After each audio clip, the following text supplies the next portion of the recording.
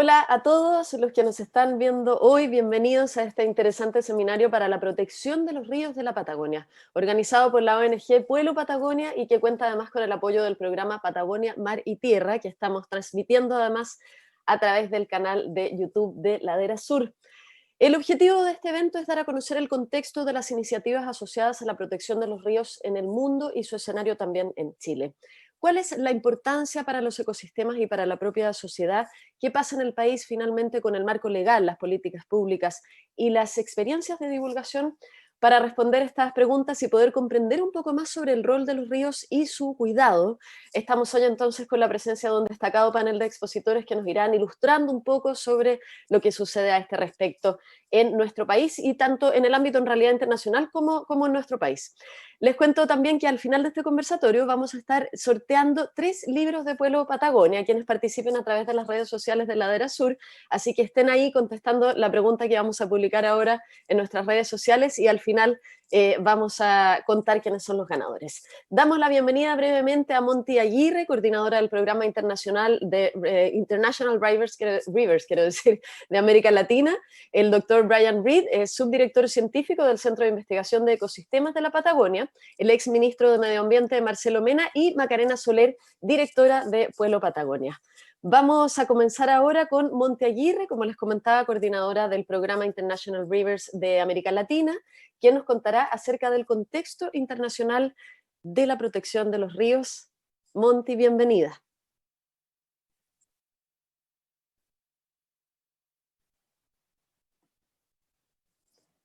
El audio. Muy buenos días, muchas gracias. Soy Monty Aguirre, estoy tratando de compartir pantalla. Ok. Y ahora, sorry.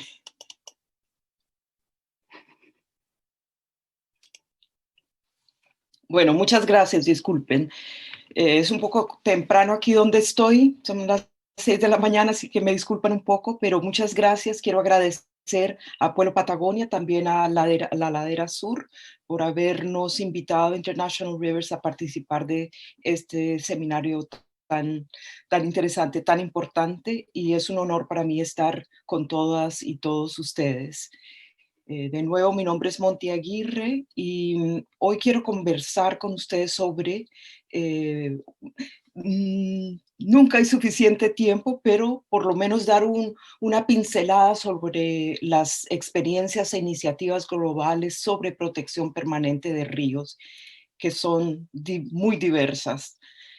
Primero que todo tenemos las políticas públicas, ¿no? Cambios en el examen de las políticas públicas es súper importante.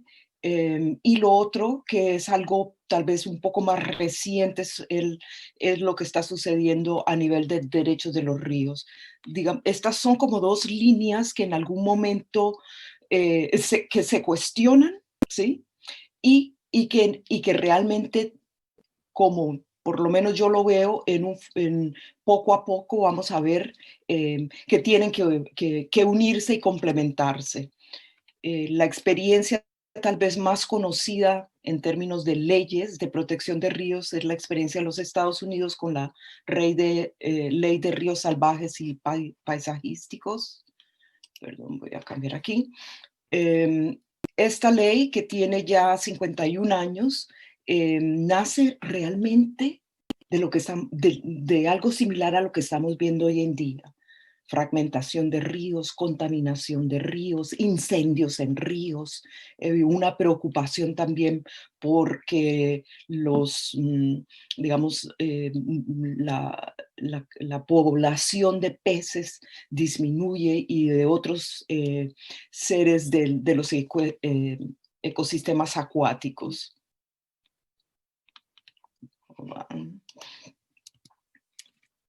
Y es allí que, como todo, con el trabajo digamos, el despertar de la conciencia de algunas gentes y especialmente dos personas, biólogos, creo que ambos eran biólogos hermanos, se dedican a cuestionar y empezar a elaborar, y con ellos mucha otra más gente, lo que más tarde es introducido por el senador Frank Church y creo que otras personas al Congreso de los Estados Unidos, y finalmente como una ley de protección de ríos em, o trechos de ríos, secciones de ríos, y en 1968 entonces se firma ya esta ley que protege los valores escénicos o que digamos, que tiene en sí,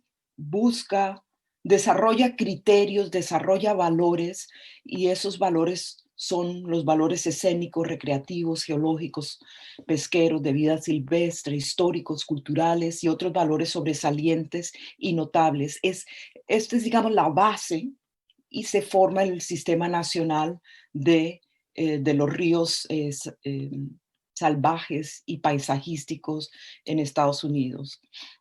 Aquí tenemos a Johnson firmando la ley, que realmente esto viene de mucho más atrás, con todo lo que estaba pasando en Estados Unidos y en muchas partes del mundo, cuestionando em, especialmente una crisis ambiental, ¿no? Y no solamente crisis ambiental, sino también digamos, los derechos de las personas. Empieza a haber todo ese movimiento, y este es un resultado de eso. Esta ley prohíbe la construcción de nuevas represas en general, o sea, es muy extenso, habría que mirarlo todo, ¿no? Pero básicamente protege nuevas represas, y he escogido algunas cosas solo porque creo que nos sirve a nosotros en otras partes del mundo a mirar, comparar y ver cómo nosotros en el resto del mundo podemos también desarrollar formas de protección permanente, que eso es lo importante también, ¿no? Esta ley también protege las laderas o los bancos de los ríos, establece derechos de aguas específicos, protecciones de permisos de minería, en dónde, cómo. Muy importante la calidad de agua en ese sentido. Y eso es algo que tenemos que ver también nosotros en nuestros países, además porque eh, con el transcurso de los años, y ustedes lo habrán visto en Facebook, por ejemplo, mucha gente pone fotos sobre cómo están contaminados sus ríos, ya con una preocupación, ya con un conocimiento y ciertas iniciativas de que, por ejemplo, hay que limpiar los ríos, ¿no? O sea que no estamos empezando desde cero. Bien, y también esta ley protege los valores sobresalientes de los ríos. En Estados Unidos, hasta el momento, a pesar de que esto existe desde hace 51 años, solo, o sea, está bien, pero solo han sido un poco más de 12,000 millas que se han protegido de ríos o trechos de ríos. Sin embargo, en una reunión de hace año y medio, bueno, cuando se celebró los 50 años del Wild and Scenic Rivers Act, eh, de allí, de esa reunión sale una, digamos, un compromiso de continuar más acelerada la protección del río, y en este momento hay varios ríos que están siendo considerados dentro del Congreso como para su protección. Importante anotar que esta protección, digamos, cómo se introduce estas leyes, o estos proyectos de ley se pueden, para designar la protección de ríos, se pueden introducir a través de los estados y también a través del Congreso. En otras partes, y esto quiero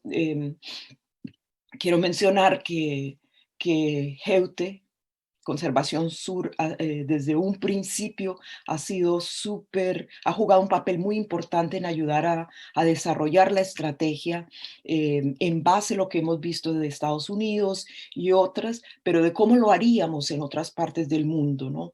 Y esta estrategia, y sé que Maca hablará más en detalle, pero una parte importante o uno de los fundamentos es el análisis del marco legislativo, las leyes, las políticas públicas de cada país, ver en dónde existen vacíos, en dónde no hay no hay diálogo entre leyes o entre normas para visualizarlos y ver qué es lo que tenemos que hacer.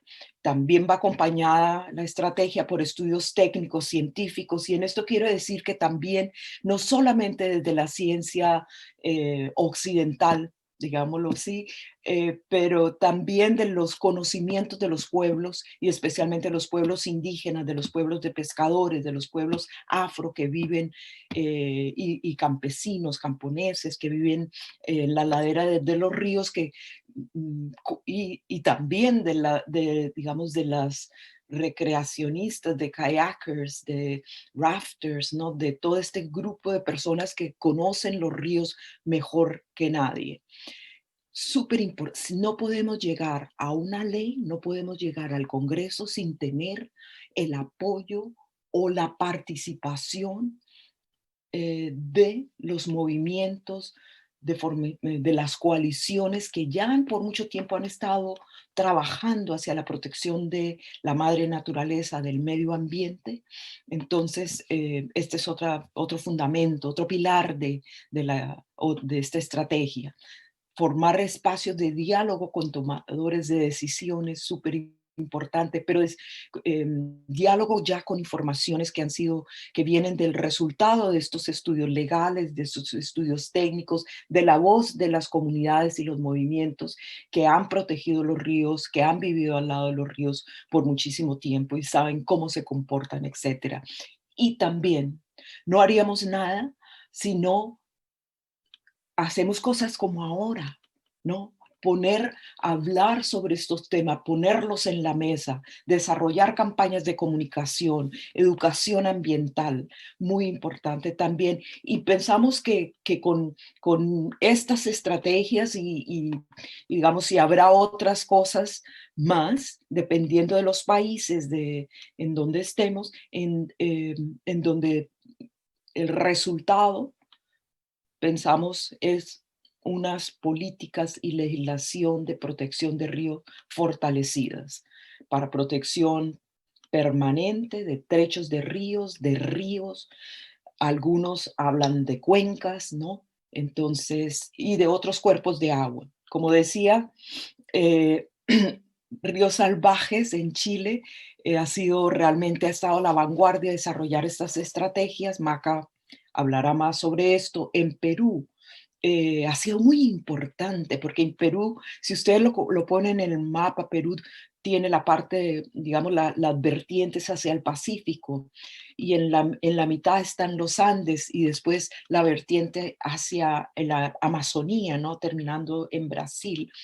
Ha sido muy interesante ver cómo en Perú ha sido diferente porque primero se han formado digamos, las poblaciones, las comunidades se han apropiado de esta iniciativa, la han ayudado a desarrollar, se formó la coalición de ríos limpios y libres, que cuenta con la participación de grupos indígenas, de las rondas campesinas, académicos, etcétera, para ir desarrollando esto.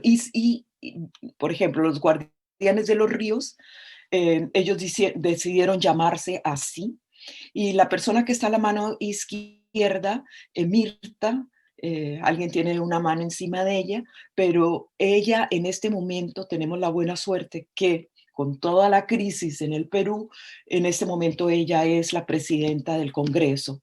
Y dentro del Congreso tenemos una subcomisión o la Comisión de Pueblos Indígenas, etcétera. Es un nombre bastante largo, pero envuelve medio ambiente, pueblos indígenas, cultura, ¿no? Y dentro de esa comisión hay una subcomisión que está muy interesado, ha pedido ya a las organizaciones que ayuden a desarrollar una, una ley de protección de ríos, ¿no? En este momento lo que tenemos, o la decisión ha sido, inclusive de las comunidades, que se desarrolle que ya está, una ley de los guardianes de los ríos, para la protección de las cuencas. Se piensa en este momento que es súper importante envolver esta población, a asegurarnos de que exista bastante conciencia con conocimiento, porque son ellos y ellas los que en el sitio van a estar protegiendo. Entonces, de una vez, articular esta protección con las personas que viven alrededor de los ríos para su protección. En Colombia también es muy diferente y muy interesante porque la- el, el abordamiento ha sido más que todo a través de mirar y examinar la calidad del agua. Se ha examinado, ya tenemos esto, se ha analizado el marco legislativo, las políticas, y se ha visto en dónde hay vacíos. Por ejemplo, existe en Colombia, como en muchos otros países, este principio de que el que contamina paga, pero resulta que si vienen una compañía contamina, si tiene que pagar una multa que le es relativamente fácil pagarla, la paga, continúa trabajando y continúa contaminando, se le puede poner otra multa, etcétera. Y entonces lo que se ha visto es que allí hay un disfuncionamiento y, por ejemplo, lo que se propone es, primero que todo, que los estándares de calidad de agua sean superiores, que estén a un nivel de las mejores prácticas a nivel internacional y también y dentro de esto, que si se contamina, digamos, de acuerdo a ciertos estándares, entonces se le pone la multa, digamos que paga, si vuelve a contaminar, se le cierra la compañía o el negocio que tiene. Entonces es encontrando todo este tipo de cosas que vamos viendo cómo desarrollar, cómo proteger nuestros ríos. Y por supuesto, en Colombia estamos en otro estado, por ejemplo, a nivel de coaliciones, a pesar de que hay muchos movimientos, todavía necesitamos hacer esa convergencia de coaliciones, articulación y también desarrollar la campaña de comunicaciones. En Brasil, en Brasil ya tenemos un proyecto de ley que ha sido analizado y continúa siendo, ¿no?, analizado por expertos en ley, en derecho constitucional, en derecho ambiental. También en este momento, precisamente hoy, después de esta reunión, o a las 10 horas de California, 3 horas de Brasil, se estará desarrollando una segunda reunión para la articulación de organizaciones y estamos viendo cómo hacerlo también por biomas, ¿no? Un país muy grande, muy diverso y distinto, muchos ecosistemas diversos, entonces, ¿cómo hacerlo? Y juntando la gente de todas las diversas partes del Brasil, es como estamos viendo cómo mejor articular esto y cómo asegurarnos de que las preocupaciones que existen sean analizadas también. Um, y sí, por ejemplo, en la Amazonía es un área tan enorme. eh, pero lo interesante también es que por el movimiento en el Brasil, como en otras partes, hacia la protección permanente de ríos, también nace de ver todo, y de esto no he querido hablar al principio, pero nace realmente de del ver y analizar todos los impactos de las represas, del rompimiento de relaves y contaminación de ríos y la violación de los derechos también. Eh, Grupos indígenas, por ejemplo, haciendo sus propios mapas, tanto aquí en Brasil como en Perú, que se hizo un diagnóstico, ¿no? La gente identificó los sitios sagrados, por ejemplo. O sea, la gente empieza a trabajar sobre si es el río, tenemos que dar a conocer en qué consiste, cuáles son los valores que estamos protegiendo, por qué, ¿no? Y empiezan a plasmar entonces estas informaciones.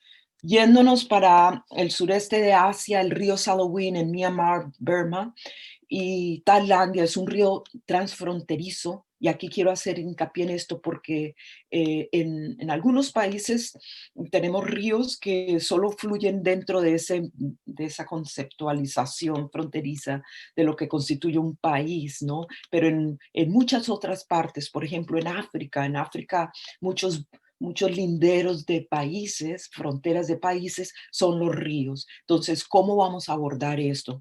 Especialmente cuando hay bastantes diferencias, por ejemplo, perdón, sí, por ejemplo, como en Angola y Namibia que comparten el río Cunene. Pero quiero mencionar sobre el río Salween, la estrategia ya que se está también desarrollando es diferente. Tenemos una monarquía en Tailandia, por ejemplo. Tenemos Myanmar, un país con muchas dificultades políticas, problemas políticas en este momento, ¿no? Entonces, lo que las comunidades han empezado a desarrollar es una propuesta de la creación de un parque de paz. Y en ese parque de paz, realmente donde estas poblaciones viven, eh, el río Salween es parte de este parque y cómo llegar a conseguir esta protección, ¿no? Basado también en la autodeterminación de estos pueblos. Entonces, como ven, es algo no tan, o sea, diferente, complejo en los diferentes países porque realmente depende de las leyes nacionales y de la situación a nivel nacional, ¿no? Y volviendo otro poco hacia África, entonces, el río Cunene en Angola y Namibia también en ese momento hay un borrador todavía de los estudios, hay mucho trabajo por hacer. Y quiero mencionar que en términos de África también hay unas posibilidades interesantes para la protección permanente de ciertas secciones del Congo. Y todo esto de nuevo trabajando con las comunidades, examinando las políticas que existen, etcétera. Y hay otras experiencias que por falta de tiempo no podremos entrar en ellas. Y para ir terminando, otra forma de protección de ríos que viene de otro lado, no dentro del legislativo, ¿no? Viene dentro del judicial, y una jurisprudencia que se ha ido desarrollando, sobre todo en los últimos, yo quiero decir, 15 años, 12, 15 años, que son los derechos de los ríos. Tal vez los casos más conocidos son los del río Wanganui en Nueva Zelanda, que por 140 años las poblaciones maorí han estado luchando por la protección de su río y lo consiguen en el 2018, si no estoy mal, eh, pero tanto en el Wanganui como en el Atrato, que yo creo son los dos ejemplos más avanzados en el momento, el río Atrato en Colombia, qué es lo que, más bien, qué es lo que estamos aprendiendo. Estamos aprendiendo que es muy importante y lo que ha salido de allí, que son los guardianes de los ríos. De nuevo, poblaciones, la gente que vive allí capacitada, con conocimiento, envuelta en la protección. Bien, estos son unos chicos allá del río Atrato. En Bangladesh, recientemente se declara, entonces la corte declara, hay toda una historia detrás, pero declara todos los ríos de Bangladesh con derechos. Ahora, entonces, se está tratando de desmenuzar, descifrar qué quiere decir eso en la práctica. Y habría otras cosas que decir, pero lo importante de esto de los derechos de los ríos es que es, es un cambio de paradigma, como ya habrán escuchado mucho, transformador, reconoce que la naturaleza no es mera propiedad humana, que posee derechos intrínsecos básicos, y esto es importante, una respuesta directa a las fallas del derecho ambiental moderno, ¿no? Que siempre, que realmente no está abordando la crisis ecológica de una forma holística, integral. Y los derechos de la naturaleza aporta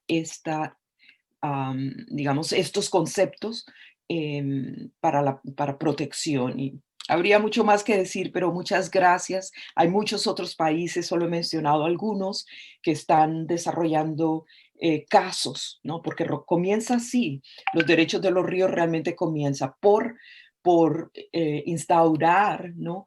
Dentro de la Constitución el derecho a la naturaleza o por creación de ley orgánicas municipales en los países en donde se puede hacer.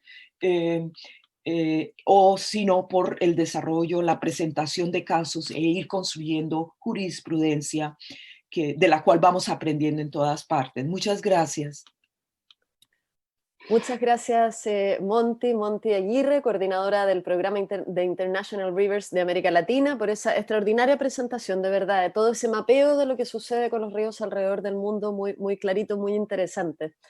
A continuación es el turno del doctor Brian Reed, el limnólogo, subdirector científico del Centro de Investigación en Ecosistemas de la Patagonia y coordinador de la Macrozona Austral para la Red de Investigación en Recursos Hídricos, quien va a exponer ahora sobre la conservación de los ríos desde las cumbres del mar, desafíos y oportunidades del paisaje patagónico. Brian, bienvenido. Bueno, gracias y buen día a todos. Esta presentación se basa meramente en un capítulo del libro que sale en prensa este próximo enero, que se trata de la conservación en general de Patagonia. Y otra idea que salió para esta presentación sobre la conservación de ríos de cumbre mar en Patagonia viene desde mi experiencia trabajando con inversores. No fue mi elección, pero fue experiencia, por ejemplo, trabajando con el alga invasor Didymos finea, el famoso diatoma que está ocupando muchos ríos en la Patagonia por primera vez, empezando hace 10 años. Y así conocí, por ejemplo, la primera vez Río Puelo, Tagotuagua, el Río Manso en Argentina, hace 10 años. Entonces, hablar sobre la conservación de ríos es bien complicado porque hay que empezar con conceptos como jerarquía, de redes, conectividad, gradientes, que son diferentes que los sistemas terrestres. Hay que hablar sobre conectividad y bueno, voy a tratar de abordar eso con un par de ejemplos. Por ejemplo, eso es un red conceptual, el azul son los ríos. Y primera cosa es que los ríos más chiquititos, los nacimientos de ríos, son la parte de la cuenca de la red de drenaje que es más vulnerable a los estresores. Por ejemplo, el estrés de uso de suelo, la tala de madera, cosecha de leña, construcción de caminos, incendios. Y también al mismo tiempo, los arroyos cabeceros son la parte de la red que es más sensible a los forzantes climáticos, entonces cambio climático. Bueno, aguas abajo, otro elemento que es importante para la conservación de ríos es este borde de vegetación, esta franja, y más que todo hay que tener como posible, a veces no ocurre naturalmente, pero mantener intacto una franja completa, desde arriba hacia abajo, aguas abajo. Entonces el primer brecha, el primer impacto o corte que afecta al lado del río, afecta todo aguas abajo. Y eso es verdad si estamos hablando de introducción de invasor como el Didimo o por sedimentación o contaminantes, nutrientes. Una brecha en este borde de vegetación afecta todo aguas abajo. Y obviamente eso resalta a los tramos de río más grandes, como la Flecha Verde Grande en la izquierda, que es como una zona típica para la designación de ríos salvajes, Wild and Scenic Rivers. Otro elemento es importante, un camino, por ejemplo, muchas veces resulta en muchos impactos al red, mucho mayor que un puntito de impacto. Las barreras, hay barreras naturales que son importantes para la biota que viven en este red de drenaje, que se pueden bajar la barrera, pero no pueden subir. Por ejemplo, una cascada que un pez no puede subir. Y otro elemento son los lagos, no voy a tratar eso, pero piensen como los ríos, la corrida de agua en Chile, en Patagonia en general, desde las cumbres al mar, corre más o menos un par de días nomás, 2, 3 días máximo, que es muy distinto de este país. Mientras que un lago puede representar un retraso, un hoyo en eso, el agua puede demorar un par de días hasta 100 años, en el caso del lago Quinacarera, el lago más grande de Chile. ¿Ya? Entonces, eso como la vulnerabilidad de la red fluvial, pero específicamente voy a hablar sobre 6 temas: arroyos cabeceras, donde nacen los ríos, el borde ribereño, zonas amortiguadoras de los impactos a los ríos. El régimen de caudal es otro elemento del tiempo. Los ríos, el caudal siempre está variando de manera muy compleja. A los humedales que son puestos dentro de esta red de fluvial y la conectividad de los ecosistemas y finalmente la biodiversidad acuícola. Cada uno de estos temas merece una charla completa de 1 hora más, entonces voy a hacer eso de manera muy resumido. Primero, los arroyos cabeceros es un ejemplo desde Coyhaique Alto en Aysén, una cuenca con bosque de lenga sin intervención en el lado izquierdo, en el lado derecho, una cuenca impactada por la corte de madera, puede ser caminos, en ciertos casos incendios de hace 60 años que dejó su rastro. Y la diferencia es bien obvio en la calidad de agua. En el lado izquierdo hay un filtro de todos los sedimentos que hay en 1 litro de agua, que siempre hay sedimentos en los ríos. Y la derecha es el mismo filtro para 1 litro de agua desde una cuenca con impacto. Entonces es bien diferente, es muy evidente la diferencia. Y abajo es un hidrógrafo, y voy a volver a este tema, pero solo para decir que la hidrógrafa de un sistema con intervención es bien diferente que un hidrógrafa, el cambio de caudales de un sistema que está intacto, ¿ya? Ok, seguimos. Nosotros en el Centro CIEP recién terminamos un proyecto de mapeo de cuencas cabeceros sin intervención en toda la Patagonia. Nuestro criterio fue más que todo zonas que no había corte de madera, no había incendios, no había evidencia obvia de ganadería, no hay caminos. Y estos manchos verdes son el total de lo que hemos mapeado en el sur de Chile y Argentina, todo el drenaje al Pacífico, digamos. Y se suman a más que 66,000 kilómetros cuadrados de cuencas sin evidencia de intervención. Es tremendo este recurso que hay en Patagonia, realmente tremendo, comparado con toda Europa, por ejemplo, que tiene quizás 10% de esta área intacto. Igualmente, 50% de estas cuencas intactas están fuera de las áreas de conservación. Bueno, tenemos un red de conservación muy amplio en el sur de Chile, más o menos 53%, algo así, pero 50% de las cuencas intactas no están dentro de este sistema. Y más que todo, el valor de esta situación existente, el legado de sistemas no intervenidos en la cuenca, es realmente aguas abajo, la calidad de agua, los lagos súper transparentes, los aguas potable rural y municipal, todo eso son beneficiarios de este recurso que hay. Y, por ejemplo, Río Puelo es uno de los sitios con un bloque más grande de sistemas sin intervención, pero eso hablando sobre la cuenca Puelo, las rayos en rojo en el lado izquierdo son 2 ejemplos. Número 6, el sexto más grande complejo de cuencas sin intervención, lamentablemente está en el lado argentino, no en Chile. Y tampoco no creo que está dentro su sistema de reservas de parques nacionales. Y otro ejemplo, Río Blanco, que es parte del Parque Nacional Michimahuida en Chile, ¿ya?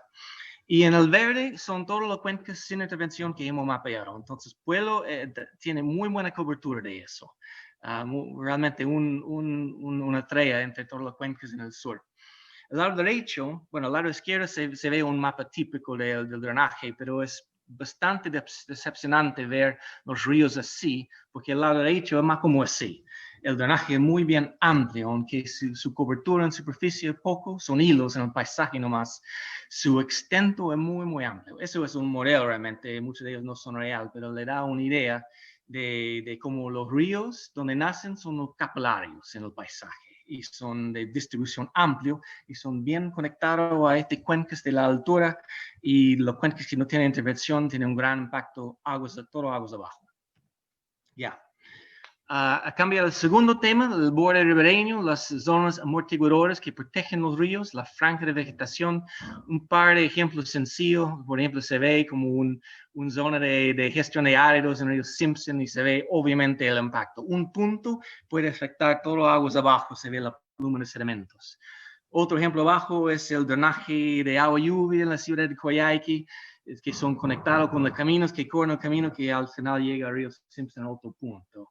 Y no estamos aprovechando el sistema de cuencas de infiltración de agua y lluvias en Chile tanto, entonces va directamente al río. En el lado izquierdo, desde el pueblo, yo identifiqué un otro ejemplo y bastante más complejo la situación real, porque en la mancha verde transparente es bosque maduro, un bosque probablemente que tenía muy poca intervención, árboles viejos, pero también se ve un camino atrás de eso. Entonces el efecto de este borde es para proteger el río desde la erosión de agua lluvia del camino. Pero también este borde de bosque maduro es solo una mitad del río. Y en teoría eso no sirve, porque la otra mitad del río tiene que tener su protección, su zona amortiguadora también. Pero en cierto caso el daño no es tan grave porque es un camino cerca de la frontera de muy poco uso, probablemente de agricultura poco intensivo. Puede llegar a nivel que sí, había impactos aguas abajo. Entonces, bueno, y llega otro ejemplo más llamativo de la importancia de la franja de vegetación. Esos son ejemplos de varios parques nacionales en el sur, también el Parque Pumuleno, otro ejemplo donde los ríos son excluidos. Y eso por razones obvias, porque son zonas pobladas, aunque hay poca gente. Entonces, para organizar, para generar el parque, excluyeron estas zonas para evitar conflicto. Sin embargo, necesitamos otro mecanismo para conservar estos ríos que son bien puestos dentro de los parques. Y así realmente es uno de los impulsores principales para la ley de ríos salvajes en los Estados Unidos, fue buscar como brecha que los parques nacionales no alcanzan a proteger los ríos, porque los ríos tienen un dinámico más complejo. Entonces, ríos salvajes fue un mecanismo para hacerlo. Y acá en Chile, el valor de una iniciativa de ríos salvajes es bien evidente, porque hay los mismos brechas. Los parques nacionales, reservas, no alcanzan a proteger los ríos acá. Ya. El tercer tema, el régimen de caudales, es una de las partes más complejas respecto a ríos y voy a tratar muy en breve. Voy a ver este hidrógrafo, este régimen de caudales de dos arroyos, uno con intervención, otro referencia sin impacto. Y hay miles de variaciones de esta dinámica y son muy variables, todo parecen como ruido quizás a ustedes. Pero mira abajo, es otro ejemplo de este río Futulafú, en Chile, en la frontera con Argentina, y eso nunca va a ocurrir bajo situación natural. Eso es el manejo completo por el caudal, por las presas en Argentina. Y se ve cuadrado la hidrógrafa. A veces ocurre constantemente con un caudal constante, a veces ocurre muy bajo, muy alto, y a veces una barra de agua y se sube el agua. Eso no ocurre. Imagínate si uno es un pez y se va al caudal del río para optimizar la generación de energía, ¿dónde va? Bueno, conociendo los estudios de impacto ambiental, conozco varios ejemplos de proponer un refugio, un arrecife artificial de hormigón para poner en el río, que los peces pueden ocuparlo cuando hay drenaje del río por este hydropicking, esta manipulación de caudales. Pero es realmente ridículo esta idea porque los peces no saben cómo saber que hay que ocupar su casa cuando no hay agua en el río. Al final, este régimen de caudales manipulado por los represas es entre los daños más graves de los ríos y hay maneras para evitarlo. Bueno, el cuarto tema, y para ver un segue con la idea de caudales, voy a ver este ejemplo de los dos sistemas de caudales en una cuenca con intervención y otro no, la naranja. En este ejemplo, este diagrama es una cuenca con tala de árboles, el azul es sin eso. Y la diferencia entre los caudales es que es bastante fuerte. El sistema con intervención tiene 5 veces más, el bosque tiene más agua, ¿no? Pero la verdad usualmente es la verdad, según las investigaciones. Sin embargo, en este caso, la diferencia de 5 veces entre los dos ríos no fue tanto el uso de suelo, se debe a la presencia de humedales. Y estas son las manchas verdes al lado izquierdo, dentro de esta red de ríos en verde, la hilo verde y las manchas son humedales. Y estos humedales son tan chiquititos que no aparecen en ningún catastro.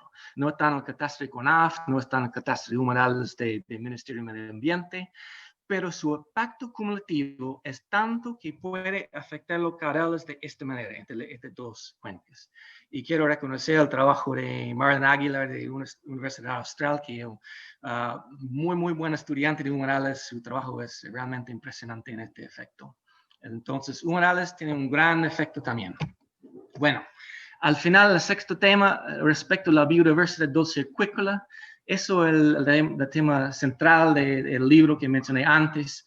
En resumen, dentro de esta zona, que no es realmente definida por las regiones de Chile, es desde Chiloé hasta Cabo de Hornos, todos los drenajes a los fiordos interiores tienen como algún sentido en común en términos de su funcionamiento.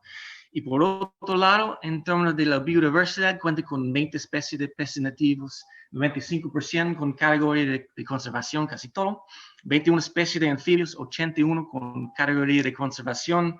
No hay tantas especies, pero lo que hay son únicos en este sector y casi todo amenazado. ¿Ya? Y en más detalle se ve más o menos un gradiente de organismos de este gran peligro de extinción completo en el mundo. El pancore, que se ve muy poco estos días, y es la fuente de alimentación para los huillines, que también está en peligro. El bagre, hacheria, y hasta los sapos, cuyos renacuajos ocupan los arroyos en las alturas.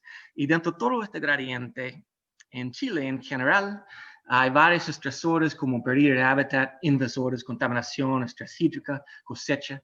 Esta figura se basa en la ficha de conservación del Ministerio Ambiente y hice un síntesis de los amenazados mencionados en eso. Pero más que todo, en la Patagonia austral, esta zona que marqué en el mapa anterior, la mayoría de ellos no son relevantes. Entonces tenemos una gran diversidad de especies endémicos, pero estresor, lo único que realmente veo importante son los invasores. Y allí llegamos a una contradicción, un dilema, porque los invasores, en parte, por ejemplo, en el caso de los salmones, son tan exitosos por la falta de problema de conectividad. Por ejemplo, los truchas, el chinook, el salmón cojo, son en peligro de extinción dentro de su rango nativo en el hemisferio norte, Norteamérica, por las represas, por la pérdida de conectividad entre el mar y los arroyos, ¿ya?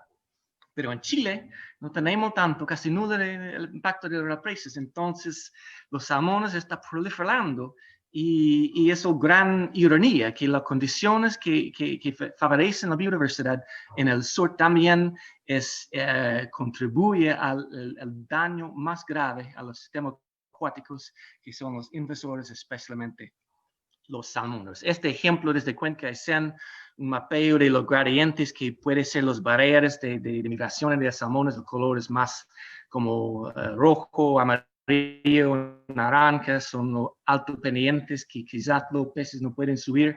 Y en el derecho, cada ejemplo donde hay, por ejemplo, el salmón chinook, llega al punto de un obstáculo, no puede subir aguas arriba.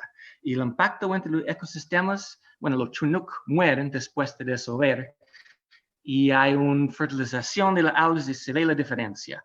Entonces, el triángulo rojo es aguas abajo de la barrera, triángulo verde es la zona que no tiene chinook y la diferencia es bien evidente en términos del impacto del ecosistema.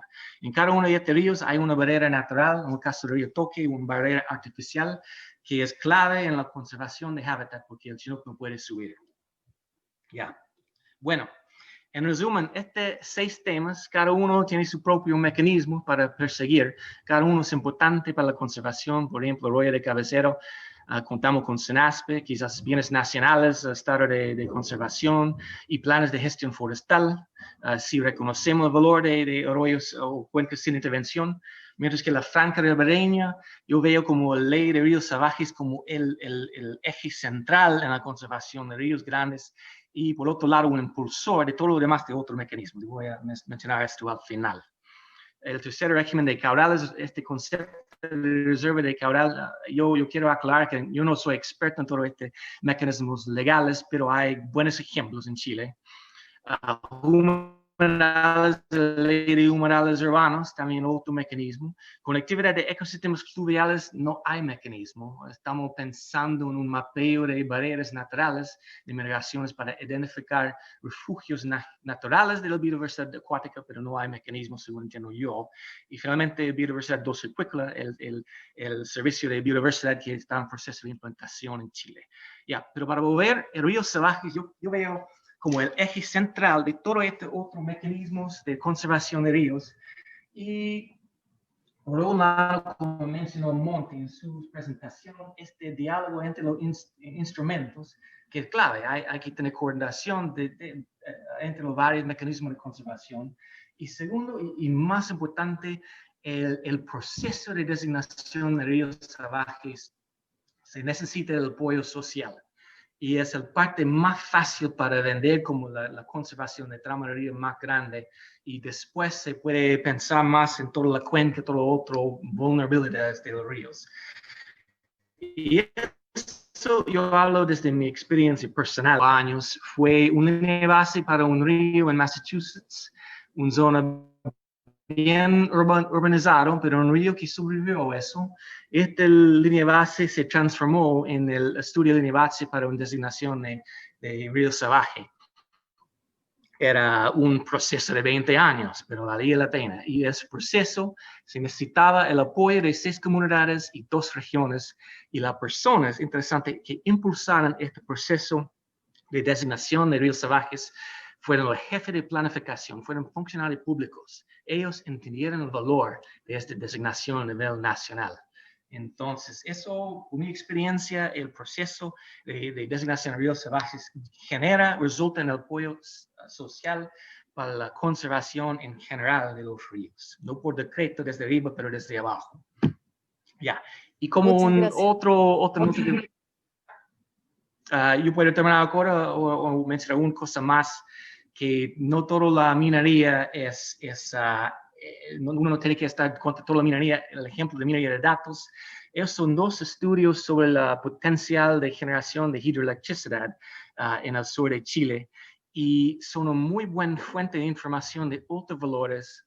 En este ejemplo, valores fluviales, son los varios colores, si bien son especies en categoría de conservación, conectividad ripariana, morfología intacta del río, pocas especies invasoras, y eso es solo un ejemplo. Hay como 16 valores de fluviales, 10 valores terrestres y 6 valores sociales, y eso representa un muy buen avance para estudiar los lugares que son más aptos para designación de ríos salvajes. Solo menciono eso como última. Y agradezco su tiempo. Gracias, chao. Muchas gracias a ti, Brian Reed, subdirector científico del Centro de Investigación de Ecosistemas de la Patagonia y también coordinador de la Macrozona Austral para la Red de Investigación en Recursos Hídricos, por esta ilustrativa y completa exposición. La verdad, muchísimas gracias, Brian. Y ahora escuchamos a Marcelo Mena, que está por ahí, exministro de Medio Ambiente, director del Centro de Acción Climática de la Universidad Católica de Valparaíso y además miembro del directorio de Fundación MERI, quien hablará sobre energía, agua y cambio climático, desde lo regulatorio a lo constitucional. Marcelo, muy bienvenido. Sí, muchas gracias. Acá vamos entonces con la presentación. Deja ver, ahí estamos. Ahí se debería ver, deja ver. Espera un poco. Ya, voy a compartir de nuevo.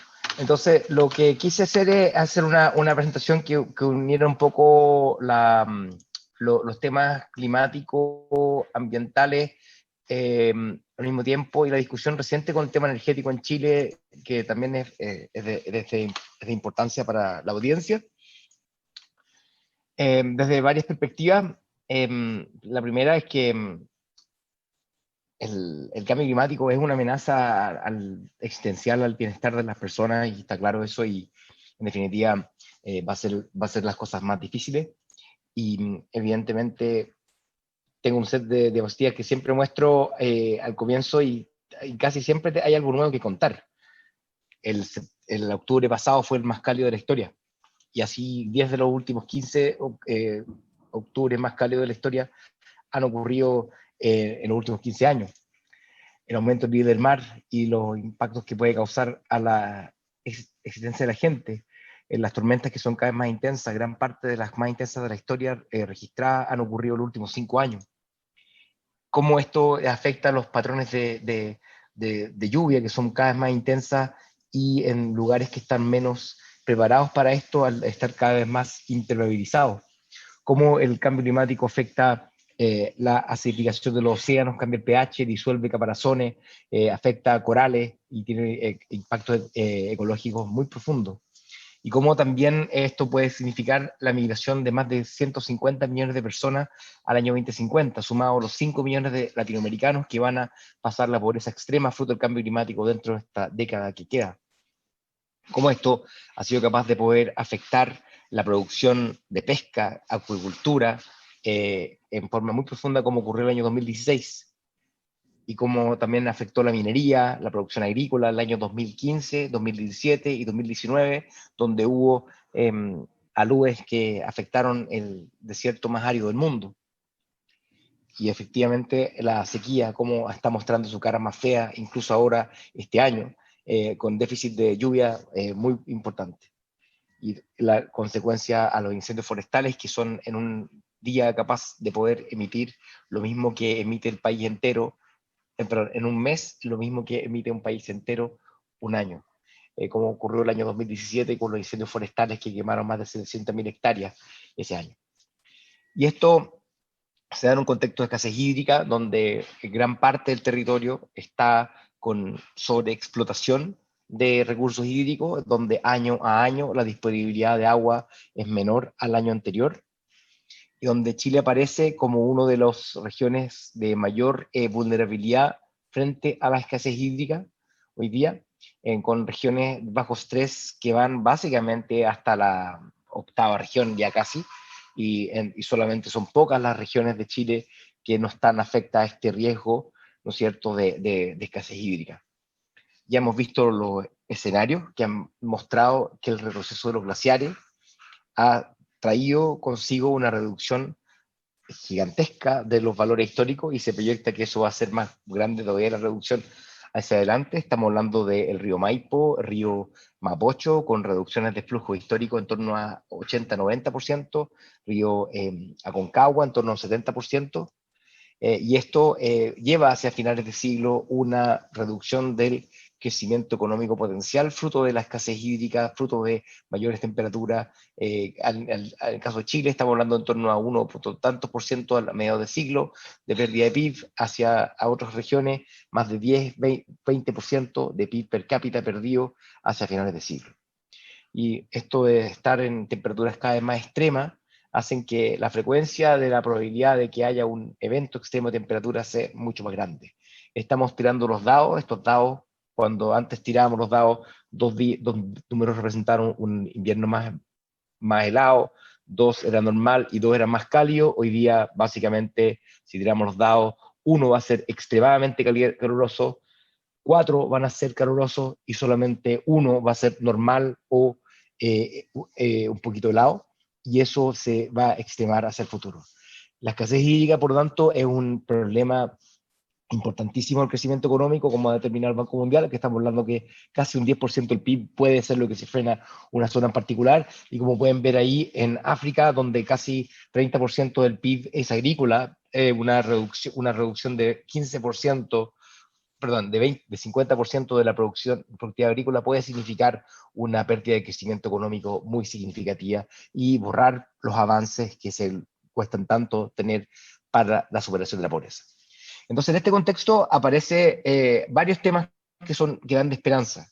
¿Por qué? Por primera vez tenemos hoy día evidencia que la adaptación al cambio climático es rentable en lo económico, siempre y cuando seamos capaces de poder fijar un horizonte hacia adelante que nos permita visibilizar estos riesgos. También por primera vez aparece la información de que la conservación de ecosistemas costeros, en el caso de los manglares, trae mucho más beneficios que costos, y así también la agricultura sustentable.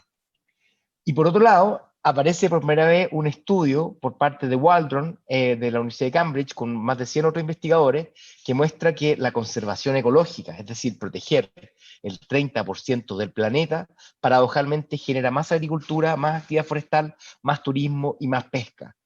y por lo tanto, y con 5 veces más beneficios que costo. Paradojalmente, cuando uno conserva parques marinos, permite que se regenere la biomasa para poder aumentar la pesca hacia el futuro. Cuando uno cuida los ecosistemas agrícolas, la cercanía de la producción agrícola, permite tener servicios de polinización, manejo de agua, que facilita y fortalece la actividad agrícola y así la actividad forestal. Entonces, es una buena noticia que sepamos hoy día que la conservación del planeta tiene un rédito económico importante. Y esto se da en un contexto de que estamos ponderando qué hacemos. Hoy día hay una ley de glaciares en la cual una campaña del terror típica apunta de que hay una pérdida de crecimiento económico y empleos tremenda la que se puede lograr. Resulta que hoy día entendemos con claridad, la Católica Paraíso sacó un estudio hace poco, el Centro de Acción Climática, investigador del Centro de Acción Climático, que más de casi 3/4 de toda el agua de la Aconcagua viene de glaciares, tanto de roca como de hielo. Pero resulta que estos glaciares de roca y de hielo no están siendo protegidos bajo ninguna figura entre Atacama y Maule. Es donde va a concentrarse la mayor cantidad de actividad minera. Quienes me han escuchado en otros foros han visto lo claro que soy de la importancia de la mayor producción minera para poder hacer los materiales requeridos para las tecnologías limpias que requerimos para enfrentar el cambio climático. Pero esto tiene que ser considerando cuál es su rol y tiene que ser cuidando los glaciares. Porque si quisiéramos reemplazar los glaciares en infraestructura gris, costaría en torno a 53.000 millones de dólares, que significa en torno a un 18% del PIB del país, y al mismo tiempo también brindan servicios ecosistémicos que claramente sustentan muchas actividades económicas que son mucho más allá del 2% minero que estamos hablando. En la práctica, acá hay una visión que hay que ponderar y discutir con responsabilidad. También aparece por primera vez un estudio de Swiss Re, la empresa reaseguradora que termina pagando por las aseguradoras cuando estas quiebran. Están preocupados por la pérdida de biodiversidad y lo que significa eso. Porque no es casualidad que estemos haciendo esto por Zoom, no es casualidad que haya una pandemia asociada a la expansión de enfermedades zoonóticas que tienen que ver con la pérdida de la biodiversidad. En donde ya tenemos una claridad de que la conservación ecológica no es pan para hoy y hambre para mañana, sino que es pan para siempre. Y al contrario, la depredación de los recursos sin regeneración, como el caso que vamos a ver acá en Haití, son aquellas actividades que causan que haya un círculo de pobreza perpetua. No es casualidad, como decía, la expansión de esta enfermedad y también no es casualidad que esto se dé en un contexto que hayamos sido capaces de cambiar la ecología del mundo en forma tan profunda, en donde el 96% de los mamíferos del mundo son o seres humanos o cosas que los seres humanos comen, donde el 70% de las aves del mundo son domesticadas y solamente 30% sea salvaje. Entonces, en este contexto quería dar algunas recomendaciones y comentarios. Primero que todo, nos estamos al debe en muchos temas de agua, y la principal deuda se debe a que el Ministerio de Medio Ambiente no está a cargo de estas cosas. ¿Ya? La principal deuda se debe a que el Ministerio de Obras Públicas tiene una injerencia sobre esto y evidentemente no le pone cota a la sobreasignación de recursos cuando están los derechos sobreexplotados, están en contra de poder llevar a cabo como corresponde una estrategia de gestión hídrica como corresponde, han sido capaces de poder frenar otros sectores la creación y expansión de normas de calidad de agua que permitan proteger los ecosistemas en general, y también nos encontramos con que si bien hemos avanzado mucho en saneamiento en nuestras cuencas, nos queda cerca del 20% del agua que tenemos que seguir tratando para evitar la contaminación que causa, y así también realmente pasar al siglo XXI en 20% del territorio. Tenemos que seguir avanzando con normas de emisión para poder reducir la contaminación de las principales fuentes de contaminación de la ciudad. Y también tenemos que ser capaces de poder abordar lo que es la expansión agrícola, y reconocer y regular la expansión agrícola y forestal dentro del sistema de evaluación de impacto ambiental por los efectos que causan, incluido, por ejemplo, que pueden ver acá, algo que es completamente legal hasta hace poco, hasta que la Contraloría lo decretó ilegal, que eran planes de manejo que permitían el corte de bosque nativo para expansión de producción agrícola, agravando el tema del agua. Entonces, estamos también en el tema energético, voy a empezar brevemente.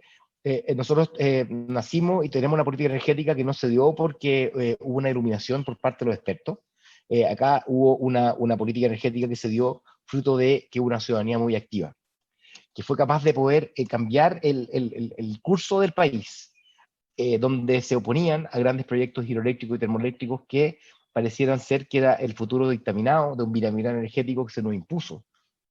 Se pensó que, y en su momento, con muchas campañas de terror, que si no hacíamos esto iba a encarecerse la energía, teníamos que hacer más embalses, teníamos que aumentar la capacidad de generación, y de lo contrario iba a encarecerse.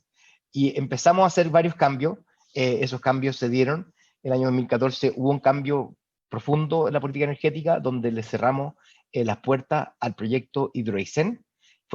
Ahí, como pueden ver la foto, hay algunos que están disfrutando más de ese momento que otros, y hubo un cierre digamos, a los megaproyectos, y empezamos a desarrollar proyectos a escala humana.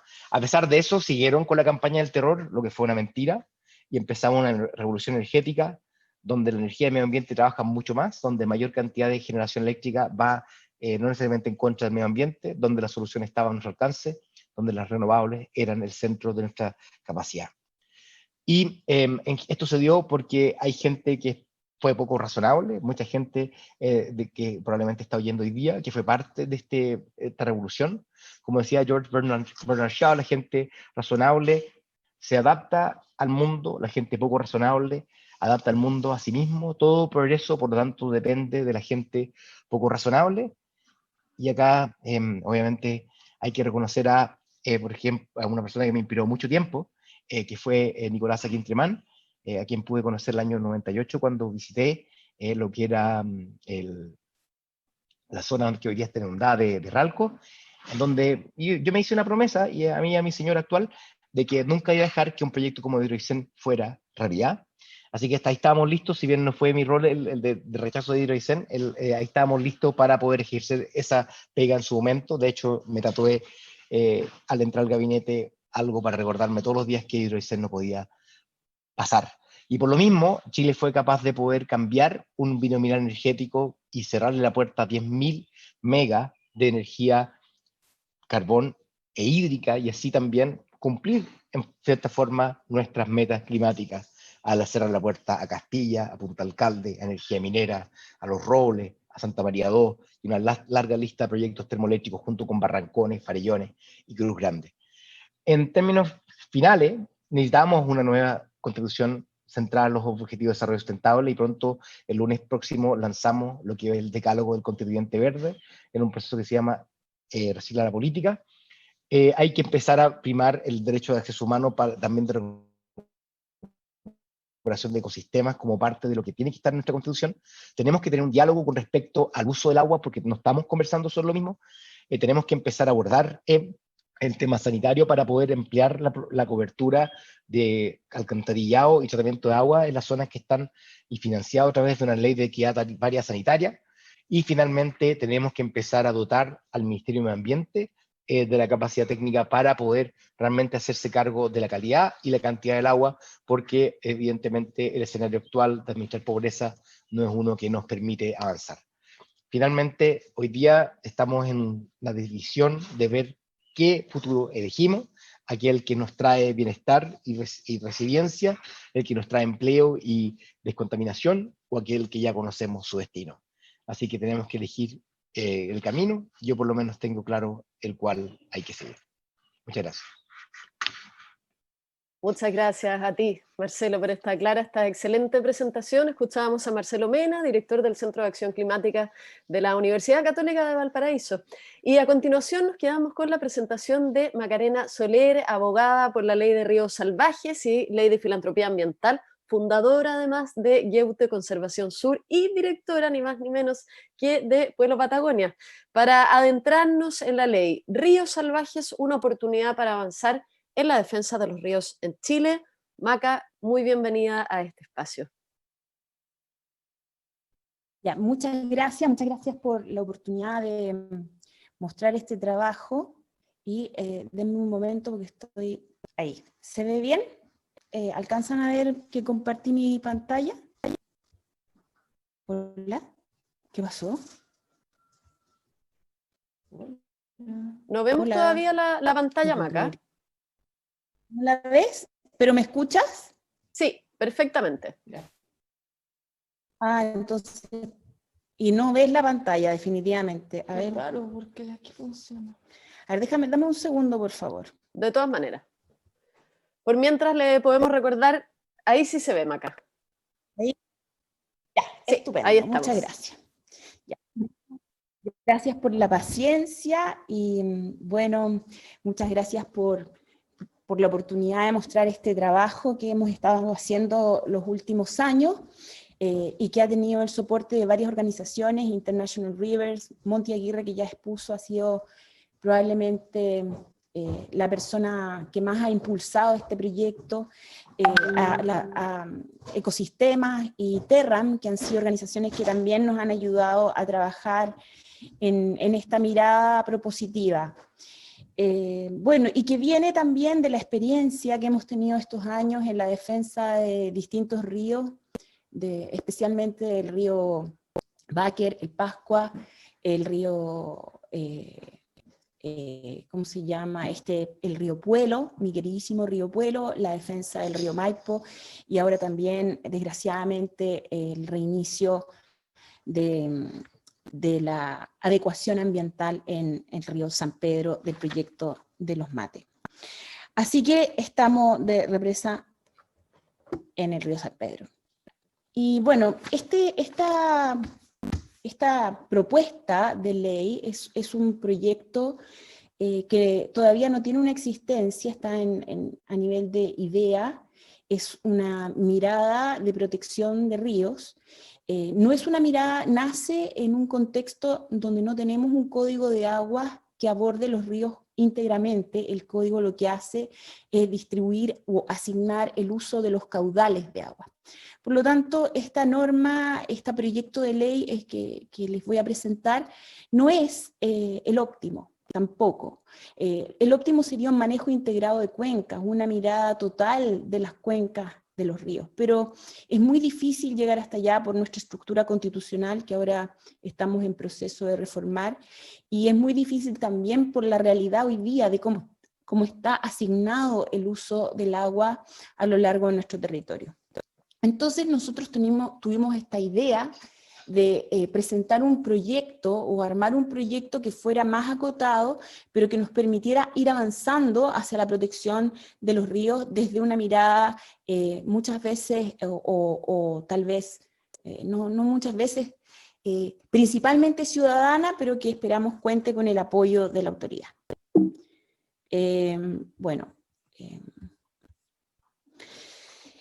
En Chile hoy día existen algunos mecanismos de protección de ríos, pero estos mecanismos no son suficientes.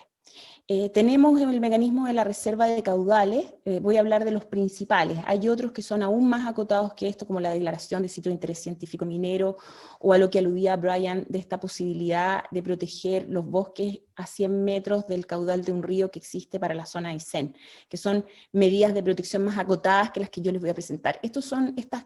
Estas cuatro que están en la lámina son de carácter más general. La reserva de caudales consiste en que el presidente de la República, por motivos de interés nacional, reserva una cantidad de agua que está disponible en un río, es decir, que aún no ha sido otorgada. Pero el requisito es que solo puede establecer esta reserva cuando hay un solicitante, es decir, cuando hay agua disponible, pero que está pedida por alguien. Y en ese caso, el presidente de la República, en este proceso que tiene un carácter de interés nacional, reserva una cantidad de agua. Esto, como ustedes pueden ver, es bastante evidente, no protege el río, protege solamente el agua.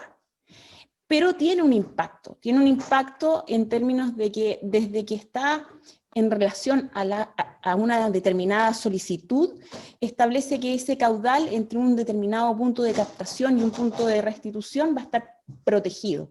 Y de alguna manera también afecta o protege la disponibilidad, es decir, la cantidad de agua que llega a ese punto de captación. Entonces, no es el óptimo, pero favorece la protección en algunos casos.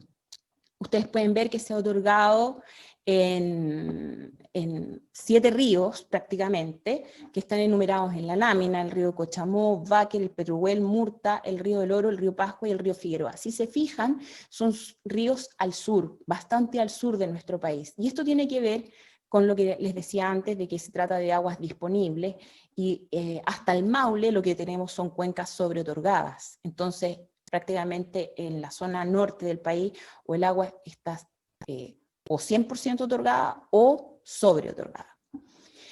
Otra forma de proteger un río tiene que ver con las normas secundarias de calidad de agua, que son normas que protegen la composición del agua de alguna manera, y que están regidas por la ley 19.300, el artículo 2, letra ñ, y lo que regulan es la cantidad de sustancias, elementos, energías o combinación de ellos en un río, de tal manera de que no afecten su estructura, la calidad, la estructura, la funcionalidad del agua. Entonces, nuevamente, no tenemos una concepción del río más allá de lo que es el recurso hídrico. Estas normas secundarias de calidad de agua que protegen el medio ambiente se han dictado en muy pocos casos, en el río Serrano, en la cuenca del río Maipo, en la cuenca del Biobío, y en elaboración están en la Aconcagua, Mataquito, Huasco, Elqui, Rapel y Valdivia. La ley de humedales urbanos, que ha aparecido varias veces en las presentaciones anteriores, es una norma que es nueva, es bastante interesante, de alguna manera incorpora en torno a los humedales urbanos esta noción de ordenamiento territorial y impide, digamos, el daño. Pero tenemos en el inventario de humedales, nosotros tenemos un inventario que dice que tenemos 934 humedales en el inventario nacional. Esto equivale a 5,6 millones de hectáreas de humedales, de los cuales 534.000 serían humedales de carácter urbano, que son los que protege esta norma. Un humedal es la extensión de marismas, pantanos, turberas, superficies cubiertas de agua. En este caso, no necesariamente su régimen hídrico es solamente natural, también pueden ser o provenir o haberse provocado, ocasionado por un régimen de agua artificial. Me parece es una norma muy interesante, todavía está pendiente la dictación del reglamento. Y la norma de santuario de la naturaleza. El santuario de la naturaleza es la protección de lugares que tienen interés para el Estado o para la ciencia, por sus condiciones geológicas, paleontológicas, botánicas, de formaciones naturales, ecológicas, y esta, de todas las anteriores, a mí me parece que sigue siendo la más completa, porque puede proteger tanto el curso del agua y el polígono que está alrededor, no necesariamente una cosa o la otra. Entonces, queda de alguna manera, de todas las anteriores, es la que otorga una mayor protección. Ahora, los santuarios de la naturaleza que protejan ríos completos son los humedales del río Maullín, en los lagos, y el cajón del río Achigüeno, pero no, en el resto del país son tramos cortitos de río. Aún así, los santuarios de la naturaleza, decimos ríos completos, pero no estamos hablando desde la cabecera al mar. Estos santuarios de la naturaleza tienen un problema que tiene que ver con que, si bien protegen ciertos polígonos, no protegen el caudal del agua. Entonces se produce la situación inversa. Mientras en la reserva de caudales estábamos protegiendo la cantidad de agua, en el santuario de la naturaleza esto no sucede. ¿Y por qué? Porque la administración depende de la Dirección General de Aguas. Entonces puede suceder que el agua esté otorgada aguas arriba del santuario de la naturaleza, o esté otorgada, por ejemplo, para un emprendimiento de represa, aguas abajo, y eso va a afectar necesariamente la cantidad y calidad de agua en el santuario.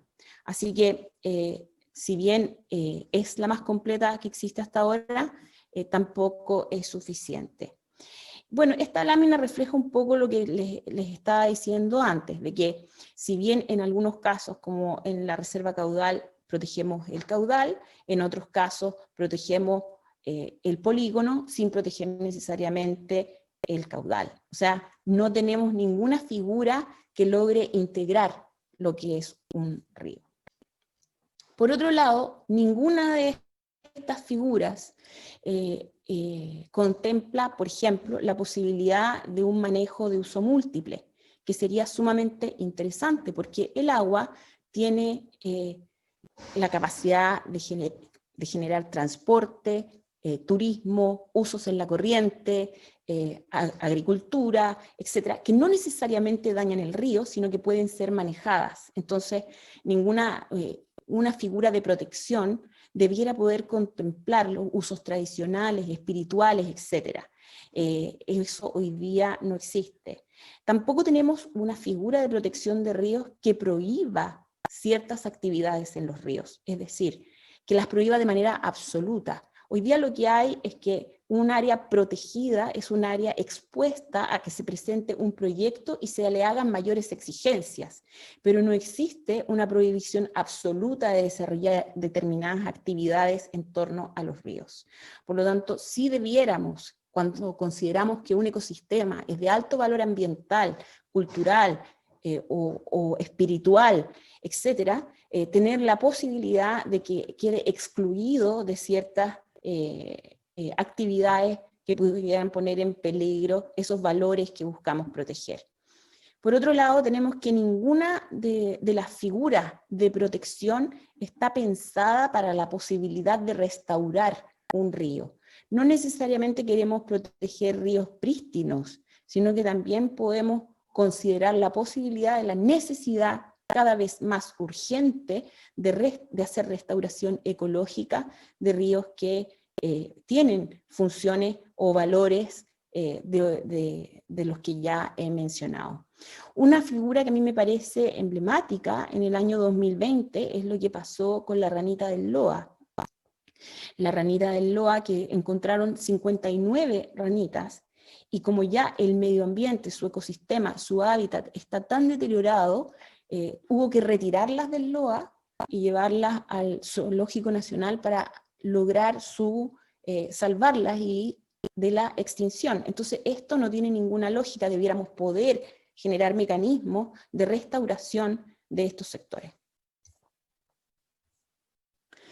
Bueno, buscando integrar todo esto es que surge esta idea de presentar desde la ciudadanía a los parlamentarios esta ley o este proyecto de ley de ríos salvajes, que es, en su objetivo principal, es una norma de ordenamiento territorial que favorece la protección de ríos o de tramos de ríos con alto valor ambiental y social, o social.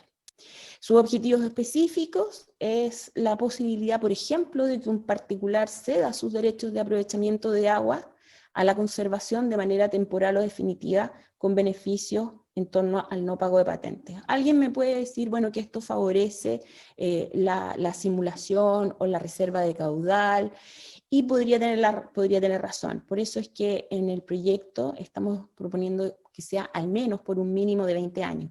Y esto permitiría dar la opción a que nuestras visiones de cómo debe ser el desarrollo cambien en los próximos años, y eso es bastante probable, precisamente por las presiones que estamos sufriendo como especie por el tema del cambio climático o la extinción masiva de especies a las que se refirió antes Marcelo Mena. Por otro lado, también este proyecto, entre sus objetivos, contempla que hayan, al otorgar la calidad de ríos protegidos, de alguna manera estos queden con el mismo estatus de área bajo protección oficial, es decir, de área protegida, dentro de SEAS, que el río se encuentre en un contexto de propiedad estatal, como parte del SNASPE, o que el río se encuentre en el contexto de un área protegida privada, como tal área protegida privada. Esto vincularía de alguna manera nuestro proyecto de ley de ríos salvajes al proyecto de ley de biodiversidad que crea el Servicio de Biodiversidad y Áreas Protegidas. pero nos permitiría además contemplar la reserva de caudal en los ríos protegidos, o la protección del caudal en ríos protegidos, de tal manera que el otorgamiento de derechos no afecte el objeto de protección del río declarado como tal, permitir usos diferentes del río en la zona declarada como río protegido, y establecer prohibiciones específicas en relación con el río protegido, como por ejemplo que en la zona no pudiera haber una represa, o aguas arriba o aguas abajo, algún emprendimiento o desarrollo que perjudique los objetos protegidos por el proyecto de ley, y finalmente salvaguardar la calidad de agua del río. Así hemos llegado más o menos a una definición de río protegido, que es esta la propuesta, que obviamente vamos a someter de alguna manera a hartas consultas de otras organizaciones, la Red de Ríos Libres, que de alguna manera concentra a los ciudadanos que se han dedicado a la protección de sus ríos, y por cierto a algunos expertos. Pero la definición a la que hemos llegado hasta ahora es esta de que el Ministerio de Medio Ambiente, mediante decreto supremo, podrá declarar como río protegido el espacio geográfico específico y delimitado, compuesto por un río o parte de este, su caudal, riberas y zonas aledañas que tengan valor escénico, recreativo, geológico, histórico, cultural o ecológico. El objetivo de esta figura es el resguardo de dichos valores, así como también la conservación o restauración de las funciones ecológicas del río y su funcionamiento, asegurando los múltiples usos que sean compatibles con dichos objetivos. De esta manera, la ley de ríos salvajes protegería ríos completos en algunos casos, o podría proteger ríos completos desde la cabecera hasta la desembocadura, tramos de ríos, y así como también zonas aledañas al río o tramos del río protegido. Estamos proponiendo que, como nos parece muy importante y cada vez más importante la participación de las personas, proponemos una figura que es similar a lo que ocurre con las zonas de interés turístico, que sea al menos un grupo de 15 personas, o una persona jurídica o de oficio por la autoridad, que se solicite la declaración como río protegido al Ministerio de Medio Ambiente. Obviamente que estas ideas suenan arbitrarias, y de alguna manera lo son, pero lo que se busca es que el acto tenga cierta formalidad, no sea simplemente algo que a alguien se le ocurrió, sino que tenga el respaldo de un grupo, ojalá, de personas de la ciudadanía, o en caso de que la autoridad tenga interés en hacerlo, también pueda realizar esta solicitud. Y como requisito, estamos proponiendo que al menos se contemple la delimitación del polígono y la identificación precisa de los fundamentos o la descripción de los objetos de protección cuya protección se solicita. Como les dije, no es lo óptimo en términos de protección de un río, pero sí avanza en la línea correcta de una protección más integral. Y además establece de alguna forma prohibiciones de actividades que nuestro sistema jurídico es reacia a establecer. Por ejemplo, hemos señalado algunas que tienen que ver con el ecosistema fluvial y que tienen que ver con alterar sus elementos bióticos, abióticos y pasajísticos, en algunos casos la prohibición de pernoctar, de hacer picnic, encender fuego, etc. Pero por otro lado también prohibiciones que debieran ir en el acto declaratorio en función de los objetos protegidos, y que debieran restringir además, en todo caso, el ingreso, la posibilidad de hacer desarrollos o emprendimientos, estableciendo la obligación de que estos ingresen al sistema de evaluación de impacto ambiental, al menos bajo la figura de una declaración de impacto ambiental. Mientras no haya ley, obviamente cuando ingresemos nos va a pasar probablemente, y así es bien obvio que suceda, lo que ha sucedido con la ley de glaciares, en donde ha habido un fuerte conflicto que la ha detenido por varios años, pero que sin embargo nosotros vemos que este conflicto de intereses que pudiera afectar la tramitación de un proyecto de ley de ríos salvajes es también una oportunidad de discutir respecto de nuestros ríos, de valorizarlos y de generar conciencia de la necesidad de su protección. De alguna manera hoy día tenemos muy en la retina lo que significa el impacto en el mar, en el océano, y no tenemos en la retina lo que significa el impacto en nuestros ríos, que es un impacto directo en nuestra vida cotidiana, y también en ese mismo mar que queremos proteger, porque todas las sustancias orgánicas que se aportan desde los ríos hacia el mar son aquellas que alimentan este mismo mar. Así que de alguna manera también esperamos que los conflictos generen un debate y una posición de la ciudadanía en torno a los temas relativos a la protección de los ríos. ¿Qué hacemos mientras no hay ley? Lo que hemos hecho en distintas cuencas ha sido colocar capas de protección, y hemos ocupado varias. Una es el derecho real de conservación, que lo hemos usado para proteger la propiedad que está ribereña a los ríos, de tal manera de establecer unas conductas amigables, una convivencia amigable con el ecosistema, y esto, estos derechos reales de conservación los hemos asociado a la creación de manuales de habitabilidad, y esto tenemos nuestro primer piloto para aplicarlo en el río Puelo, que esperamos que sea un éxito y la gente que venga a vivir a este hermoso lugar los considere. Tenemos la reserva de caudales, a la que ya me referí en el comienzo de esta presentación, que en el caso del río Puelo ha significado que las organizaciones sociales hayan solicitado al presidente que reserve caudales en el río suficientes como para garantizar su conservación y la conservación de los ecosistemas, y la declaración de santuarios de la naturaleza en zonas que son o bienes fiscales o donde los particulares han estado de acuerdo en la protección. Estas distintas capas sumadas de alguna manera producen el mismo efecto que tener una ley de ríos salvajes. Entonces, también son una invitación a la ciudadanía a conocer sus ríos y establecer medidas de protección efectivas.